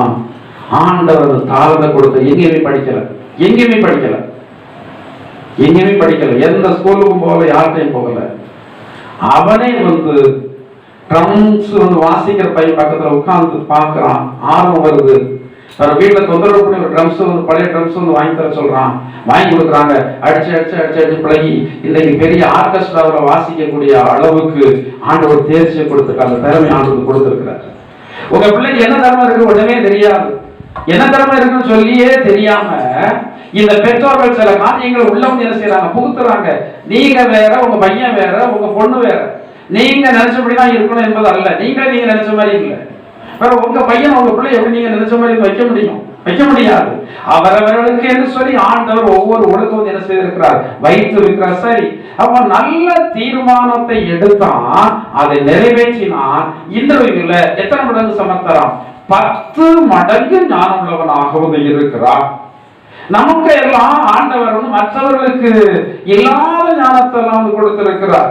வேதத்தில் ஒரு மனுஷனுக்கு சொல்லப்பட்டிருக்கிறது, பெசலேயலுக்கு ஆண்டவர் யூகித்து செய்யும். யூகம் என்னது? ஒரு வீடை கட்டி முடிப்பதற்கு முன்னாடியே அவன் கண்ணில் அந்த வீடு தெரியும். யூகம் அந்த வீடு வந்து கண்ணில் தெரியும், நமக்கு தெரியாது. ஒரு வீடை வந்து கட்ட ஆரம்பிக்கிறான், அவன் தன்னுடைய கண்ணுக்குள்ள தெரியுது. அவனுக்கு இது இப்படி, இது இப்படி, இது இப்படி, இது இப்படி தெரியுது. இது வந்து என்னது? யூகித்து செய்கிறதான ஞானம் பெசலேயலுக்கு ஆண்டு கொடுத்து அவன் ஊழியத்துல பயன்படும்படியாக ஆசரிப்பு கூடாரத்தை செய்வதற்கு ஆண்டவனை உபயோகித்தார். நம்முடைய பிள்ளைகளுடைய ஞானம், அறிவு எல்லாமே முதலாவது ஊழியங்களுக்கு பயன்பட வேண்டும். நீங்க உங்க பிள்ளைகளை ஊழியத்துல பயன்படுத்துறீங்களா? படிக்காம ஊழியத்தை செய்யணும், வேலை செய்யாம ஊழியத்தை செய்யணும், படிச்சுட்டு ஊழியத்தை செய்யணும், வேலை செய்துட்டு ஊழியத்தை செய்யட்டும். இதுக்கான ஞானத்தை ஆண்டவர் கொடுத்திருக்கிறார். இதை பயன்படுத்தின வருகிற நாட்களிலே பெரிய பெரிய ஆசீர்வாதங்களை பெற்றுக் கொள்வதற்கான ஞானத்தை பெறுவார்கள். அடுத்தபடியாக வேகமாக கடந்து போகிறேன். அடுத்தபடியாக தானியேல் 2ஆம் அதிகாரம் 4ஆம் வசனத்தில் சொல்லப்பட்டிருக்கிறது, இந்த ராஜா கண்ட சொப்பனத்திற்கு அர்த்தம் சொல்கிறவன் இல்லாதபடினால் பாபிலோன் தேசத்தில் உள்ளதான ஞானிகளை எல்லாம் அழிக்கும்படியாக கட்டளை பிறப்பித்தான். இதற்கு பொறுப்பாக நியமிக்கப்பட்டதான அந்த அதிகாரி இடத்துல இந்த தானியேல் எப்படி பேசினானா, அந்த வசனத்தை வாசிக்கிற 2 நாள். அப்பொழுது கல்தேயர் ராஜாவை நோக்கி, ராஜாவே நீர் என்றும் வாழ்க, சொப்பனத்தை உமது அடியாருக்கு சொல்லும், அப்பொழுது அதன் அர்த்தத்தை விடுவிப்போம் என்று சீரிய பாஷையிலே சொன்னார்கள். ராஜா கல்தேயருக்கு பிரதியுத்தரமாக, என்னிடத்திலிருந்து பிறக்கிறதான தீர்மானம் என்னவென்றால், சொப்பனத்தையும் அதன் அர்த்தத்தையும் எனக்கு அறியாமல் போனால் துண்டித்து போடப்படுவீர்கள், உங்கள் வீடுகள் எரிபொருள்கள் ஆக்கப்படும். சொப்பனத்தையும் அதன் அர்த்தத்தையும் தெரிவித்தீர்களேயாகில் என்னிடத்தில் வெகுமதிகளையும் பரிசுகளையும் மிகுந்த கனத்தையும் பெறுவீர்கள். ஆகையால் சொப்பனத்தையும் அதன் அர்த்தத்தையும் எனக்கு தெரிவியுங்கள் என்றார். அவர்கள் மறுபடியும் பிரதியுத்தரமாக, ராஜா பிரதியுத்தரமாக, எனக்கிலிருந்து தீர்மானம் இருந்தபடினாலே நீங்கள் காலதாமசம் பண்ண பார்த்தீர்கள் என்று நிச்சயமாக எனக்கு தெரிய வரும். ஒரு வசனம் இருக்கிறது. இந்த தானியேல் இந்த ராஜாவினுடைய கட்டளையை செயல்படுத்த அந்த அதிகாரி வரும்போது அவரிடத்துல அவன் எப்படி பேசினானா, புத்தியாய் பேசினான் என்று சொல்லி அந்த வசனத்துல சொல்லப்பட்டிருக்கிறது. எத்தனாவது வசனம்? 14வது வசனம். கொலை செய்ய புறப்பட்ட ராஜாவினுடைய தலைவர்களுக்கு அதிபதியாகிய ஆரியோவோடு தானியேல் யோசனையும் புத்தியுமாய் பேசி, சரி, அவன் ரொம்ப புத்தியாய் நடந்து கொண்டதான மனுஷன். புத்தி ஆண்டவர் நமக்கு கொடுத்திருக்க அந்த புத்தியை கரெக்டா நம்ம பயன்படுத்தணும். தவறான காரியத்துக்கு உங்களுடைய புத்தியை பயன்படுத்தக்கூடாது. இன்னைக்கு நிறைய பேர் தன்னுடைய புத்தியை பயன்படுத்தி அடுத்தவனை கெடுக்கிறான், அடுத்தவனுக்கு வருகிறத நன்மை தடை பண்ணுகிறான், அடுத்தவனுக்கு தீங்கு விளைவிக்கிறான். அதை செய்யவே கூடாது. உங்களுக்கு ஆண்டவர் என்ன ஞானத்தை தந்திருக்கிறாரோ, என்ன புத்தியை தந்திருக்கிறாரோ அதை பயன்படுத்தி மற்றவர்களுக்கு நல்லது நீங்க செய்ய வேண்டுமே ஒழிய இந்த புத்தியை பயன்படுத்தி கேடு செய்யவே கூடாது. பொதுவாக ரொம்ப நாலேஜ், டெக்னிக்கல் மைண்ட் உள்ளவர்களுக்கு அடுத்தவர்களை ஏமாற்றுகிறத புத்தி ரொம்ப இருக்கும். நான் நிறைய அனுபவத்தில் பார்த்திருக்கேன், ஏமாற்றுகிறத புத்தி ரொம்ப நிறைய இருக்கும். எனவே தான் நல்ல தொழில் செய்யறவங்க நிறைய பேர் அடுத்தவங்க ஏமாற்றுவான். தொழில் நல்லா தெரியும், ஆனா அடுத்தவங்க என்ன செய்வான், ஏமாற்றுவான். ஆனா தேவனுடைய பிள்ளைகள் கர்த்தருக்கு பயந்து என்ன செய்ய மாட்டாங்க, ஏமாற்றி பணம் சம்பாத்தியம் பண்ணவே கூடாது.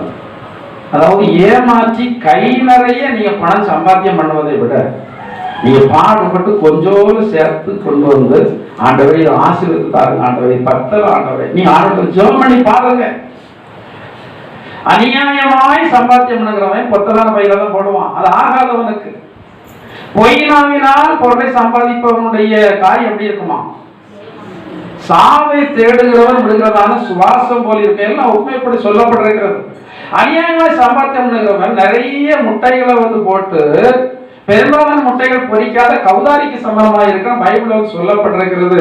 தேவனுடைய பிள்ளைகளுக்கு கொஞ்சமாக இருந்தாலும் அது நியாயமான வழிகளில் வருமானமாக இருக்கிறது. சரி, அவன் புத்தியாய் என்ன செய்தான், நடந்து புத்தியாய் பேசி தானும் தப்புனா அந்த பாபிலோன் தேசத்துல இருக்கிற எல்லா ஞானிகளும் தப்புனாங்க.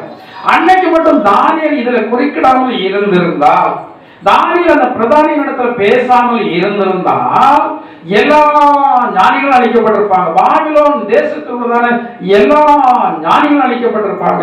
கூட சேர்ந்து யாரும் அழிக்கப்பட்டிருப்பான், இந்த தானியேலும் அழிக்கப்பட்டிருப்பான்.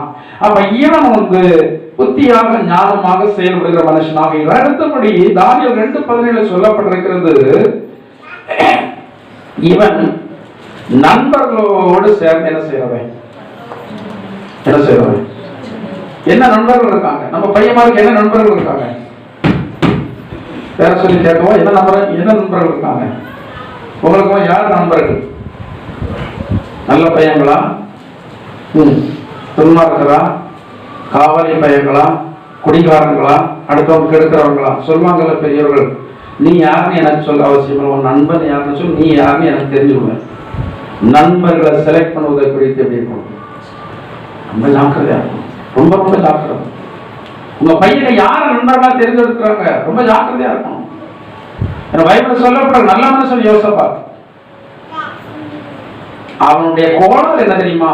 யார நண்பனா தெரிந்து கொள்ளணுமோ அது அவனுக்கு தெரியாம போச்சு. ஆண்டவர் அவனுடைய கிரியைகளை ஆண்டவர் முறிக்கப்பட்டன்னு சொல்லப்பட்டிருக்கிறது. யோசபாத்தை குறித்து நிறைய நல்ல காரியங்கள் சொல்லப்பட்டிருக்கிறது.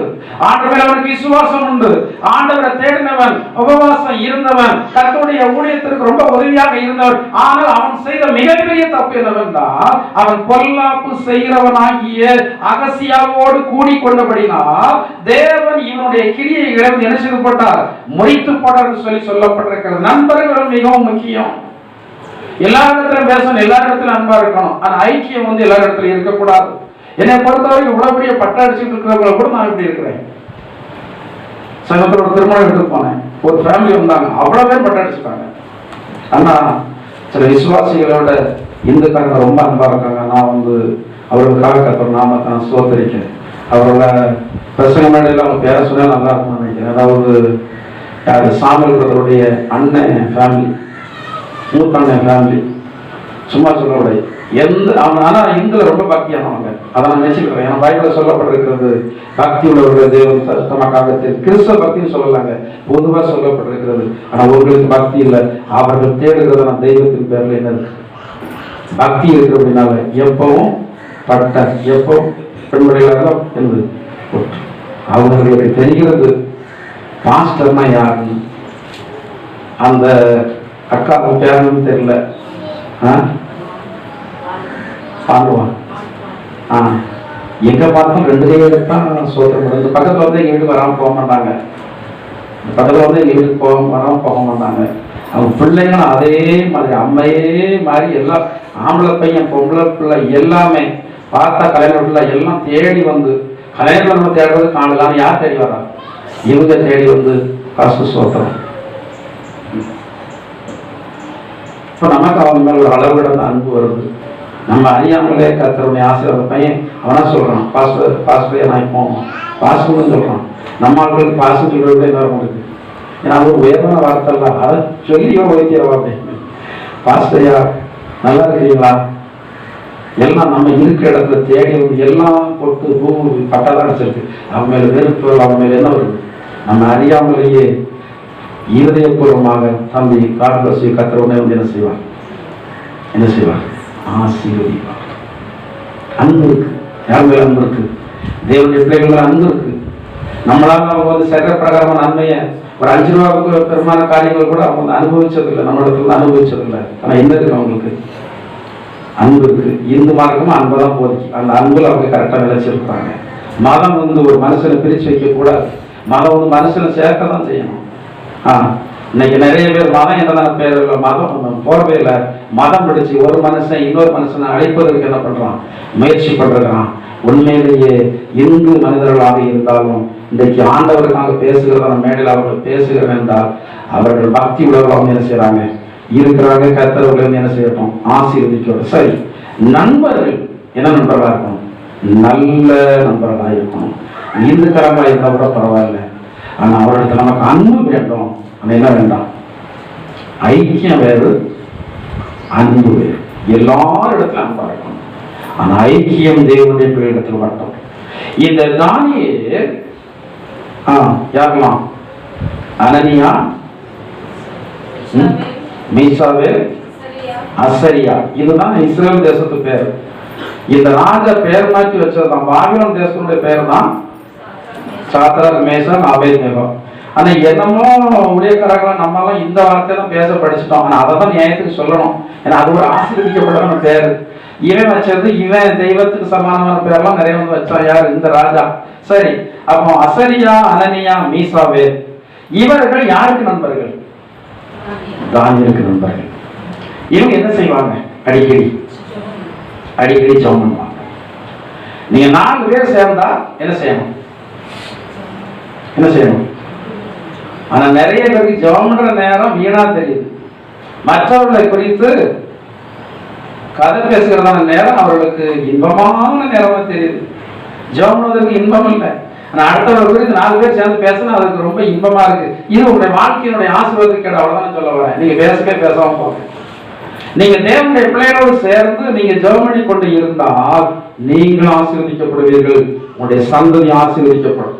அடுத்தவர்களை பேசி பேச உங்களுக்கு அதிகாரம் கொடுத்தது யாருன்னா கேட்கிறேன். மற்றவர்களை குறித்து பேசுறதுக்கு அதிகாரம் உங்களுக்கு கொடுத்தது யாரு? அடுத்த நபரை பற்றி அடுத்த குடும்பத்தை பற்றி பேச உங்களுக்கு என்ன ரைட் இருக்கு? பைபிள்ல சொல்லப்பட்டிருக்கு, அவன் நின்றாலும் விழுந்தாலும் யார் குற்றவாளி? எஜமான் குற்றவாளி. எஜமான் பார்த்துக் கொள்வார். நம்ம எல்லாருக்கும் யாரு எஜமான்? ஆண்டவராய் இயேசு கிறிஸ்து. அவங்க எப்படி இருந்துட்டு போறாங்க, அதை பற்றி நமக்கு என்ன இருக்கு? நாம செய்ய வேண்டியது நம்ம நண்பர்களை தேர்ந்தெடுத்து அவர்களோடு சேர்ந்து ஜெபம் பண்ணணும். இந்த தானியேல் சேர்ந்து மட்டும் ஜெபம் பண்ணல, அடுத்த இன்னொரு இடத்துல சொல்லப்பட்டிருக்கிறது, அந்த கட்டளை பத்திரத்திற்கு கையெழுத்து வைக்கப்படுதுன்னு சொல்லி அறிந்தும் இவன் தனியாக தன்னந்தனித்தவனாக தன்னுடைய வீட்டுல இருந்து என்ன செய்யறான்? நீங்க நண்பர்களோடு சேர்ந்து ஆலயத்துல வந்து ஜெபம் பண்ணணும்.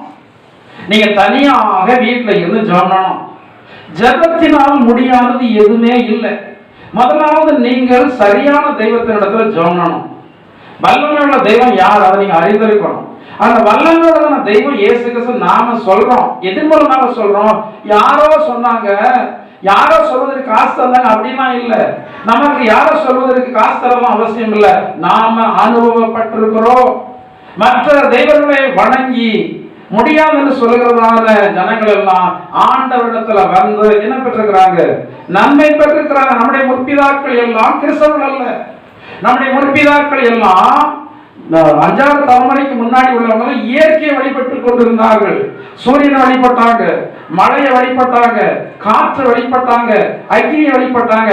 அதற்கு அப்புறமாக சண்டித்தனம் பண்ணதான் ராஜாக்கள் வழிபட ஆரம்பிச்சாங்க. ராஜாக்களுக்கு கோயில் கட்டி வச்சாங்க. அதற்கு அப்புறமாக அந்த ராஜாக்களுக்கு என்று கட்டி வைக்கப்பட்டதான கோயில் அநேக தேவதைகளுக்கு வழிபடுகிறதான இடமாக என்ன செய்வது? மாறினது.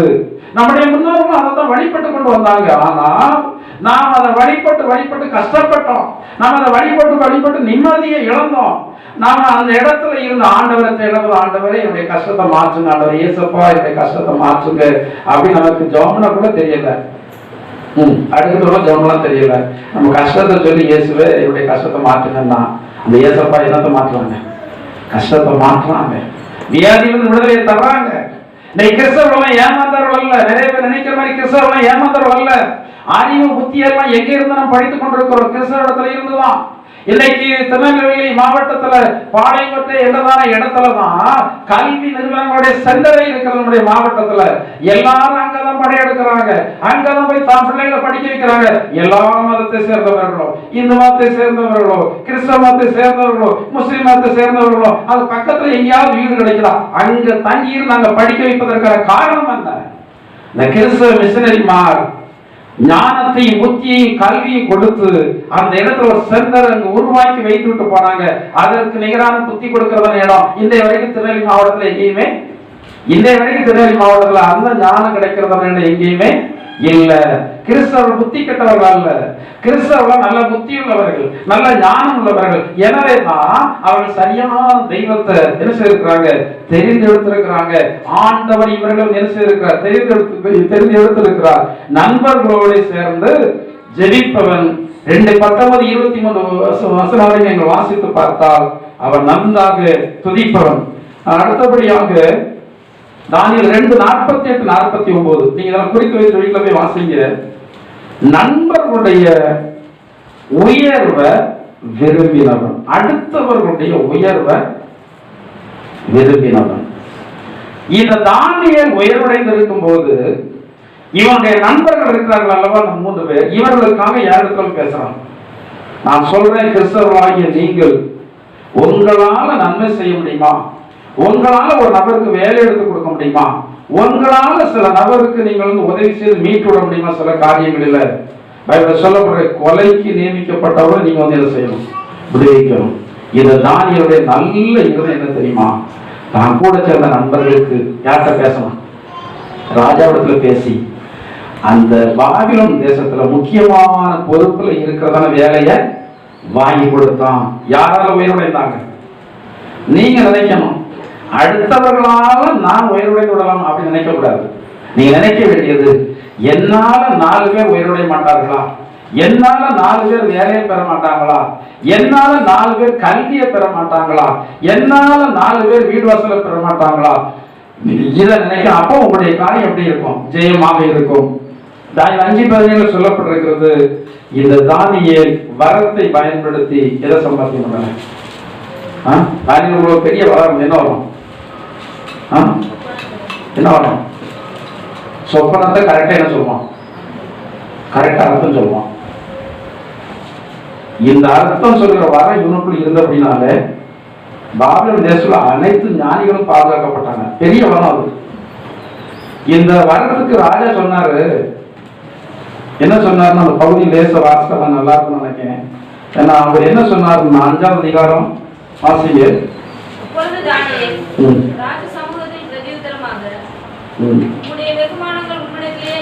உம்முடைய வெகுமானம் உம்மிடத்துல வச்சுக்கணும். உம்முடைய பரிசுகளை எனக்கு வேணாம், எவருக்காக கொண்டு கூடும். இந்த எழுத்தை நான் வாசித்து இதன் அர்த்தத்தை நான் என்ன செய்வேன்? தெரிவிப்பேன். வரத்தை ஆண்டு கொடுத்திருந்தாரு. ஆனா எதை எதிர்பார்க்கல. நிறைய பேர் வரத்தை என்ன செய்யறாங்க? கொஞ்ச நாளைக்கு முன்னாடி ஒரு ஃபேமிலி வந்தாங்க, தெரியும் உங்களுக்கு, இந்த ஆண்டனி அகிலா வளர வந்திருந்தாங்க. அப்போ ஒரு இடத்துல இவங்களை போனாங்களாம், அங்க அற்புதம் நடக்குன்னு போனாங்களாம். இப்ப இவங்களுக்கு பிரச்சனை இருக்கு, உங்களுக்கு ஜெபேண்டா தரணும்னு சொன்னாங்களா. அப்ப இவங்க நினைச்சுக்கிட்டாங்களாம் சும்மா தான் தராங்கன்னு சொல்லிட்டு. ஒரு ஆளுக்கு ஜெபேண்டைக்கு 3000 ரூபாய். நீங்க நம்ப மாட்டீங்க. நீங்க அவங்க வந்தா கேட்டுக்கிடுங்க. நான் பிரச்சனை கொடுத்து பொய்யலும் சொல்ல முடியாது. அவங்க வந்தா கேட்டுக்கிடுங்க. ஒரு ஆளுக்கு ஜெபம் பண்ணி ஜெபேண்டா கொடுப்பதற்கு எவ்வளவு? 3000. 2 பேருக்கும் சேர்த்து 3000 6000. இந்த 6000 ரூபாய்க்கு எண்ணெயை வாங்கிட்டு பயன்படுத்துறாங்களா? பாஸ்டர் ஒரு மாற்றமே இல்லை பாஸ்டர், இங்க வர்ற வரைக்கும் எங்களுக்கு எதவே இல்லை. இங்க பேயாடுனாங்க. அவங்க ஜெபம் பண்ணி கொடுத்தாங்க, வல்லமை இருக்கு வரத்துக்கு அங்க போனாங்க. அந்த ஊழியக்காரங்க வரத்தை வித்துருக்குறாங்க. ஆனா அங்க வரத்தை விற்கப்படல. நம்ம எதுவுமே கேட்கல. இங்க நான் சொன்னேன், அவங்க அது மனசுல வச்சிருக்காங்கல்ல, அங்க 3000 கொடுத்தோம், 6000 ரூபாய் போச்சு, விடுதலை கிடைக்கல. அதனால உங்களுக்கு ஜெபம் பண்ணி ஜெபம் தரணும் சொன்னோடனே அவங்க மனசுக்குள்ள தூக்கி வாங்கி போட்டுருக்கு. இங்க அடுத்த ரோட்டுக்கு எப்படி இருக்கும் 3000? அவங்களுக்கு தெரியாதுல்ல. அப்போ அவங்க நினைச்சாங்க அடுத்த 3000 அப்படிங்கிற மாதிரி பச அடிச்சுட்டு நாங்க என்ன யோசிக்கிறீங்க அப்படி நான் கேட்டதுக்கு கூட சொல்றாங்க, இல்ல பாஸ்டர் இப்படி ஆனவங்க யோசிக்கிறோம், இதுக்கு நீங்க ஜோமி தர்றதுக்கு எவ்வளவு காசு பாஸ்டர்? ஆண்டவர் கொடுக்கறதெல்லாம் இதுதான். ஆண்டவர் கொடுக்கறது எல்லாம் இலவசம் தான். எதுக்குமே விலை. ஏன் விலை வைக்கலன்னா அதுக்கு மதிப்பு ஒண்ணு கொடுக்க முடியாது. இன்னைக்கு சாதாரண ஜெபேண்டின் மூலமாக பெரிய பெரிய அற்புதம் நடக்கு. அதற்கு என்ன விலையை கொண்டு நாம வைக்க முடியும்? அது இலவசம். ஆண்டவர் சொல்றாரு, இலவசமாய் பெற்றீர்கள், இலவசமாய் கொடுங்கள். வரத்தை என்ன செய்யக்கூடாது? விற்க கூடாது. இன்னைக்கு அநேக திட்டங்கள் எல்லாம் உங்க பிள்ளைக்காக ஜெபம்னா மாசம் ரூபாய் கொடுக்கணும். அவ்வளவு நிறைய திட்டங்கள் எல்லாம் வந்து விட்டது. நீங்க ஆசீர்வதிக்கப்படணும்னா இங்க கட்சிப்பை ஜெபம் பண்ணி வாங்கி வைக்கணும். கட்சிப்பு காசு சாவியை வாங்கி ஜெபம் பண்ணி கொண்டு வைக்கணும். அந்த சாவியை நீங்க வீட்டுல வச்சீங்கன்னா, வியாபார ஸ்தலத்துல வச்சீங்கன்னா என்னது பேரு? அதுக்கெல்லாம் என்னது காசு? ஆசீர்வாதம் வேணும்னா 200 ரூபாய் 300 ரூபாய்க்கு பெருமாள் தாம்பளை தட்ட எத்தனாயிரம் வாங்கணும்? புரியவே இல்லை. 250 ரூபாய்க்கு தான் இருந்தாலும் பணம். இவ்வளவு பெரிய தாம்பளத்தட்டுல எவ்வளவுக்கு இருக்கும்? எவ்வளவு கொடுத்து வாங்கினா அன்னைக்கு? 45000 ரூபாயா? 40000 கொடுத்து வாங்கலாம். சரி, ஆசீர்வதிக்கப்பட்டாச்சா? அதாவது எதிர்பார்த்துருக்கேன், வறுமை எதிர்பார்த்துருக்கேன். ஆசீர்வாதத்தை வாங்கினா ஆசீர்வதிக்கப்படணும்னு யார் சொன்னது? ஆர்டர் கொண்டு தரது. நீ ஆசீர்வாதத்திற்கு ஏற்றவர்களாக இருக்கணும்.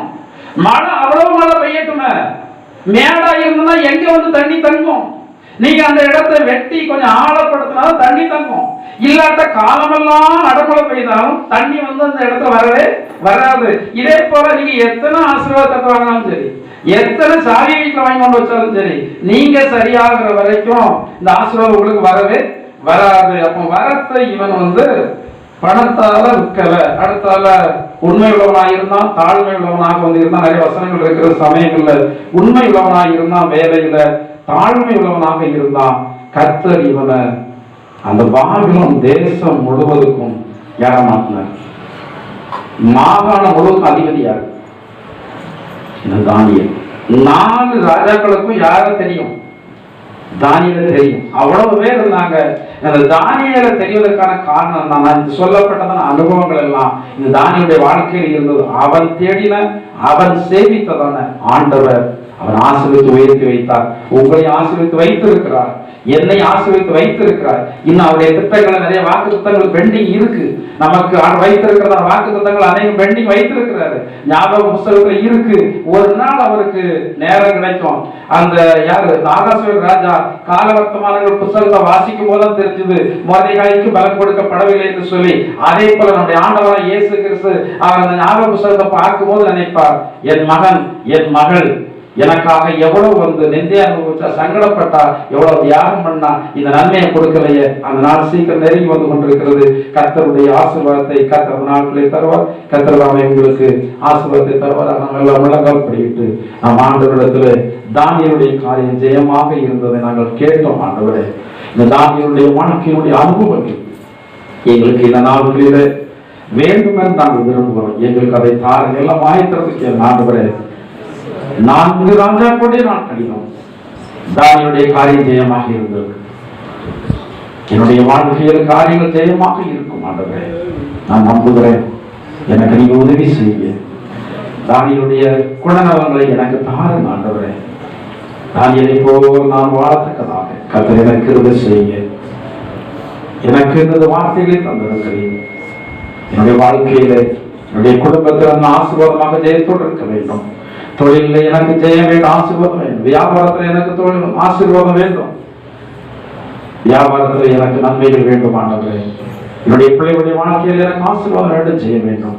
எனக்கு இதற்கான கிருபை இந்த நாளிலே தாருங்க. உங்களுடைய வார்த்தைக்கு நான் கீழ்ப்படியே என்று சொல்லி ஆண்டவரே ஒப்புக் கொடுங்கள். கர்த்தராமே இந்த ஆசீர்வாதங்களை எல்லாம் உங்களுக்கு தருவாராக. எங்கள் அன்பின் பரலோக பிதாவே, நல்ல இயேசுவே, இந்த நாளில் உங்களுடைய திருப்பாதத்திலே கடந்து வந்து இயேசுவின் நாமத்தை துதிக்க மகிமைப்படுத்த எங்களுக்கு கிருபை செய்து அதன் ஆசீர்வாதங்களை எங்களுக்கு தந்து ஸ்தோத்திரிக்கிறோம்.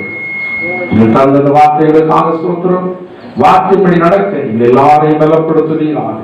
தானியேலுடைய காரியம் 4 ராஜாக்களுடைய நாட்களிலும் ஜெயமாக இருந்தது. யார் வந்தாலும், யார் இருந்தாலும், யார் சென்றாலும் உங்களுடைய பிள்ளைகளை நீங்கள் ஆசீர்வதிக்கிறவராக இருக்கிறீர், ஜெயம் கொடுக்கிறவராக இருக்கிறீர். ஆண்டவரே, நாம் இதை விசுவாசிக்கிறோம். எங்களுக்கு கர்த்தருடைய நன்மைகள் வெற்றி கடந்து வருவதற்கு தானியேலுடைய ஜீவியத்தை போல நாங்கள் வாழத்தக்கதாக எங்கள் ஒவ்வொருவருக்கு கர்த்தர் கிருபை தாருங்க. நல்ல தீர்மானத்தை எடுக்கக்கூடியவனாக காணப்பட்டான். நல்ல ஜெபிக்கக்கூடியவனாக, துதிக்கக்கூடியவனாக காணப்பட்டான். உண்மையுள்ள மனிதனாக காணப்பட்டான். நீதியாக ஜீவிப்பவனாக காணப்பட்டான். தாழ்மையுள்ள மனிதனாக காணப்பட்டான். தனித்து ஜெபிக்கிற மனிதனாக காணப்பட்டான். நல்ல நண்பர்களோடு சேர்ந்து ஜெபிக்கிறவனாக காணப்பட்டான். அந்த அனுபவங்களை எல்லாம் நாம் எல்லாரும் பெற்றுக்கொள்ளத்தக்கதாக பரிசுத்த ஆவியானுடைய வல்லமையினால் அபிஷேகத்தினால் ஒவ்வொருவரை நிரப்ப வேண்டுமாறு ஜெபிக்கிறோம். ஆண்டவரே, வந்திருக்கிற எல்லாரையும் ஆசீர்வதித்து அனுப்புங்க.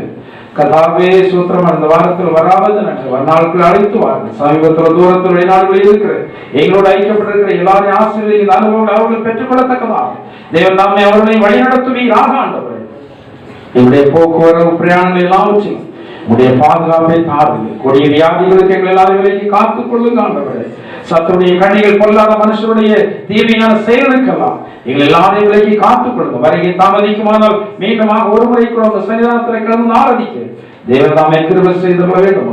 இயேசுவின் நாமத்தால் ஜெபிக்கிறோம் ஜீவனுள்ள பிதாவே, ஆமென். உட்கார்வோம்.